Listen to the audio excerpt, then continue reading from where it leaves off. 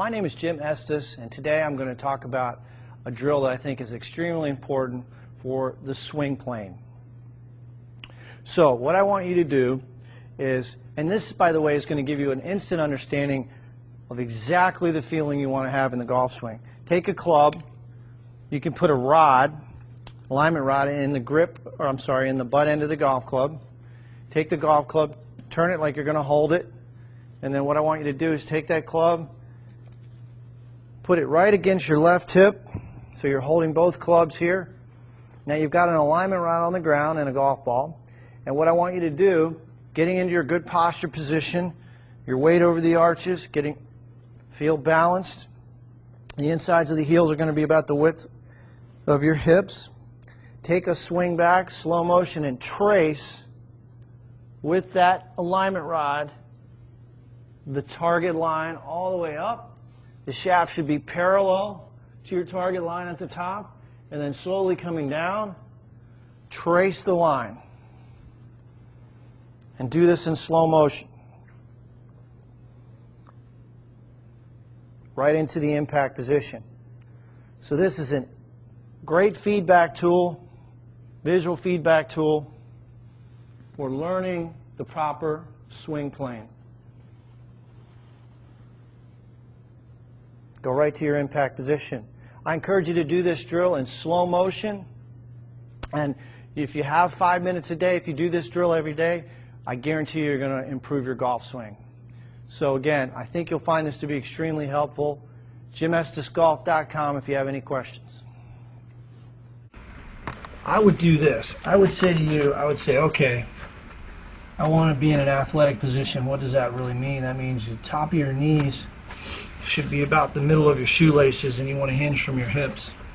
Your knees maybe a little straight, but not much. I mean, they could be a fraction bent more. You're standing pretty upright, which is okay.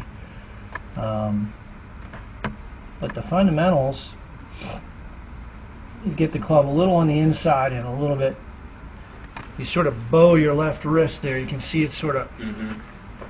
So that was one thing we'll take out of your swing. We want to think of your hands as like in a cast. You know, this angle in your left wrist doesn't change position at all. You take it away with your core. Basically, if I was going to turn my trunk, the core muscles, oblique abdominal muscles, those are the ones that rotate your trunk. And your hands should be void of any movement. So if you look at this example here, you'll be able to see most of the pros all take the club away. You know, you've probably heard of the term one piece. But basically the shaft of the club is going to stay right on that yellow line, which is the original angle of the shaft when you address the ball. And the club head stays somewhere to the outside of the hands. And really what that means is wherever that butt end of that club points, it stays pointed in the same place. So there is, in your case, you're sort of doing that. Once you do that, now all bets are off, and you got to sort of compensate and figure out how you're going to get the club face square. What that does is it shuts the face a bit. So that would be the only thing I'd take a change in your backswing. Club face is what we call a little shut. Now what does that mean? That means the face is pointed more parallel, or pointed up at the sky a little more. That's from arching that wrist. If you watch his club face, it'll be more in line with his lead forearm. So if you measure that at 48, somewhere around there, I mean, it's not perfect, but it's close. So you got a little bit of a shut club face. So from that point, you have to have really fast hips to compensate, or the ball's going to go way left. And then you back up. The way biomechanics works, if you tilt your body vertically, side bend they call it, that helps control the face in terms of rotation. So that would be another fix for a guy that has a shut club face.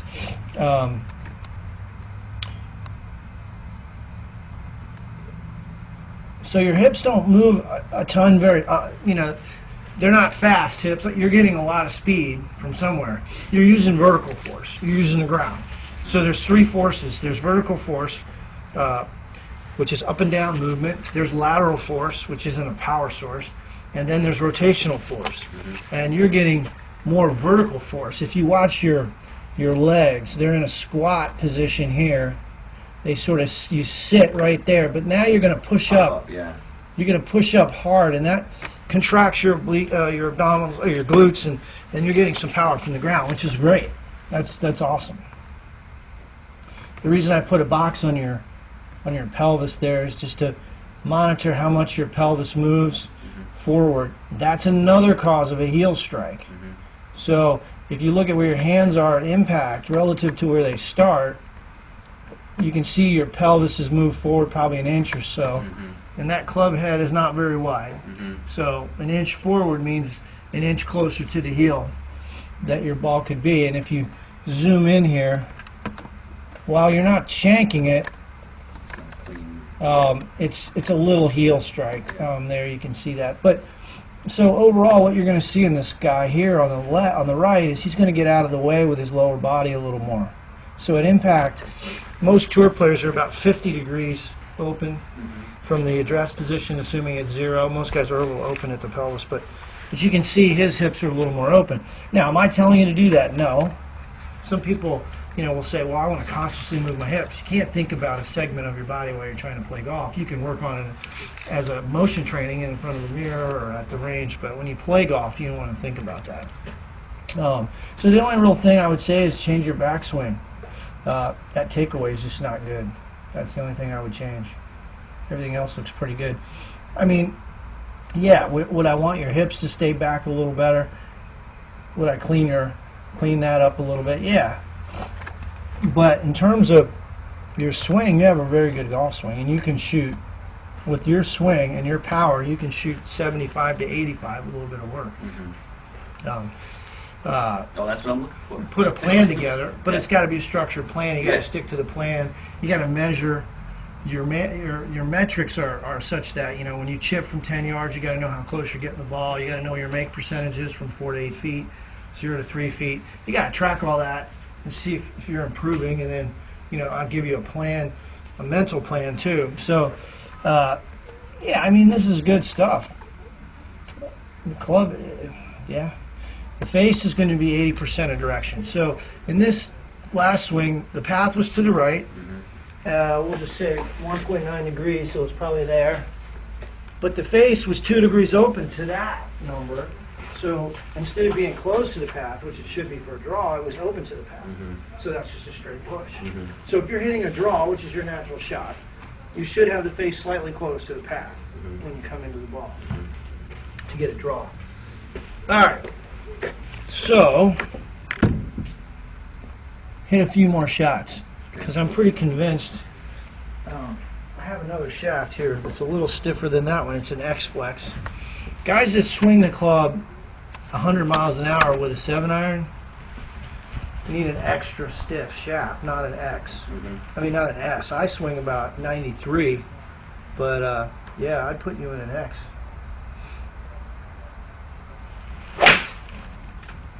And the other thing, with a little stiffer shaft and that club face being shut now, Mike, if you set up for the ball, here's the thing I want you to work on. Go ahead and address it while you're going to hit a ball. You got to change that takeaway. So you're going to feel this. You're going to keep the handle in, club head out. Okay. And don't arch your wrist on the takeaway. So just practice that.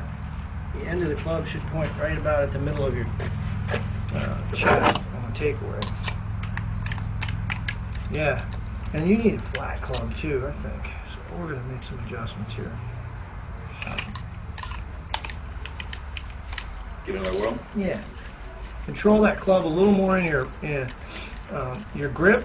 I want your right hand to rotate a little more to the left on the club, so your right thumb is to the left side of the grip, and the crease should point more toward your chin. And that'll help eliminate the hooks. You have a little bit of a strong grip. It's alright. That's a shank. That's okay. You got to sort of trick yourself and set up, give yourself a little more space. With your body type, you need to be a little farther away. So the end of the club needs to be probably one hand length from your body. It's a little too close to it there.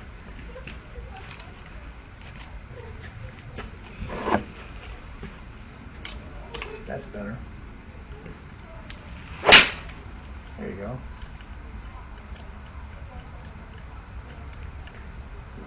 Good shot. Yeah, I mean, you hit a shots like that. 2.9 degrees, 173. Let's just see. Now, this is a different head. Forged head, it's less offset. Now, what does offset mean? That means most golf clubs are built in such a way that this is sort of curved and the leading edge is recessed, and that helps people hook the ball. But you don't need any help hooking it. I think you already know how to do that. We still have a lot of built-in technology here with the speed pocket, and we do have some perimeter weight, but it's less offset. So it's more of a player's club. That's a stiff shaft. That's an extra stiff shaft. So I just want to see if your dispersion pattern tightens up with a little stiffer club.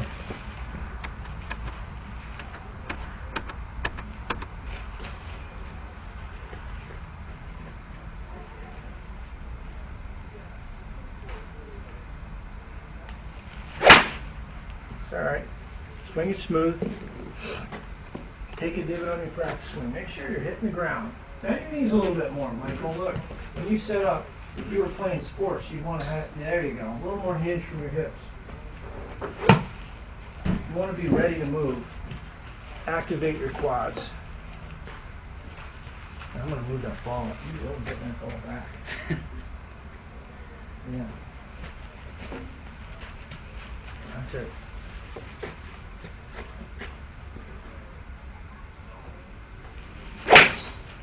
Yeah, that was a really good shot. I don't run into too many people with that much club head speed.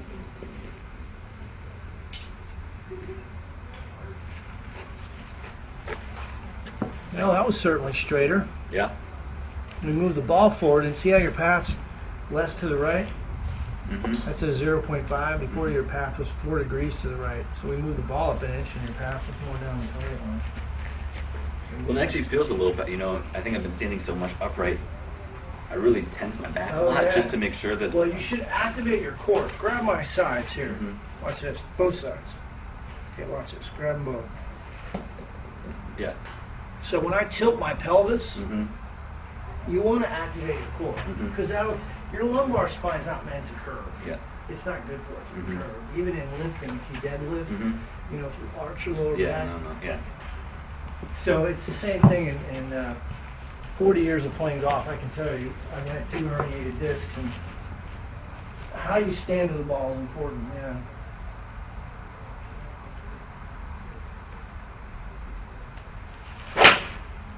All right, that club face was a little open. Yeah. So one thing I would do is, I would do this. I would play golf by feel. And what I mean by play by feel is, walk yourself through these positions in slow motion. I want the shaft at your right pelvis when it's parallel to the ground, with the right hip.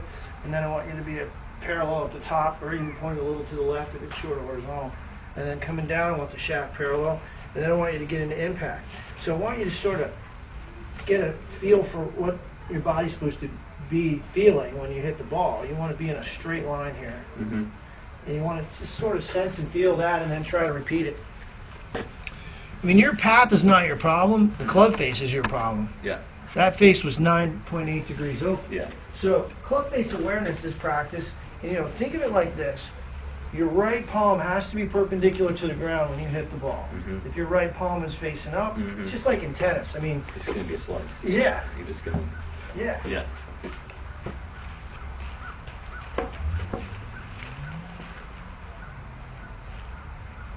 And then in terms of grip pressure, on a scale of 1 to 10, you don't want to be squeezing that club too tight, because that'll inhibit rotation and centrifugal force. That club should rotate, just like, you know, it's built to rotate.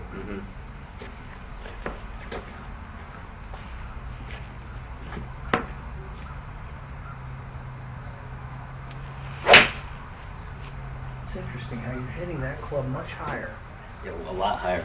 That is really weird. Okay, I don't like the way you're hitting that. I don't know why. It's really strange. It's a super stiff shaft, but usually a stiffer shaft would make you go higher. All right, I'm going to get you a ping club too. I forgot I was going to do that as well.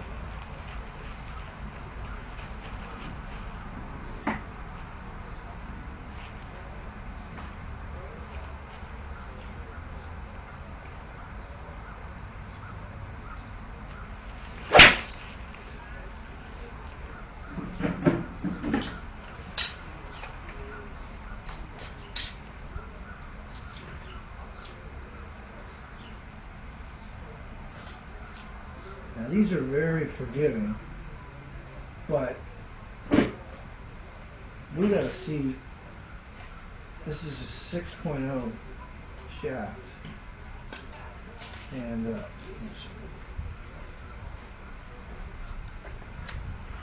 I want to see if you, I want to see you hit some off the grass.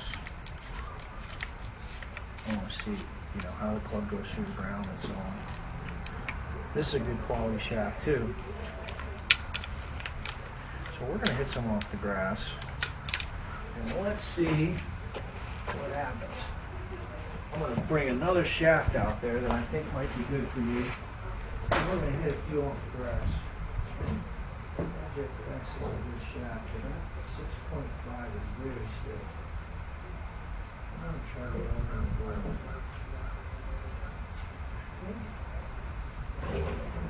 Strong enough. You don't need to worry about heavy. In fact, heavy's fine. I like heavy. Heavy's going to be better for you. Because I have hit my dad's clubs a few times. I'm like, well, it feels nice, but I was like, I feel like I'm swimming air. Because he's, you know, he's got. Yeah, exactly.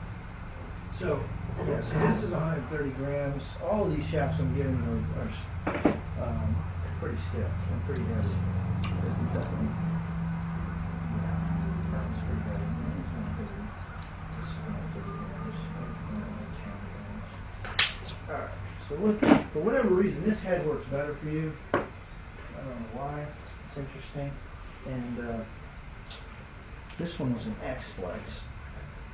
And that's the shaft. That's the club I use, but it's really interesting. Everyone's different. I mean, everyone has a different blueprint based on their swing attributes. Some people.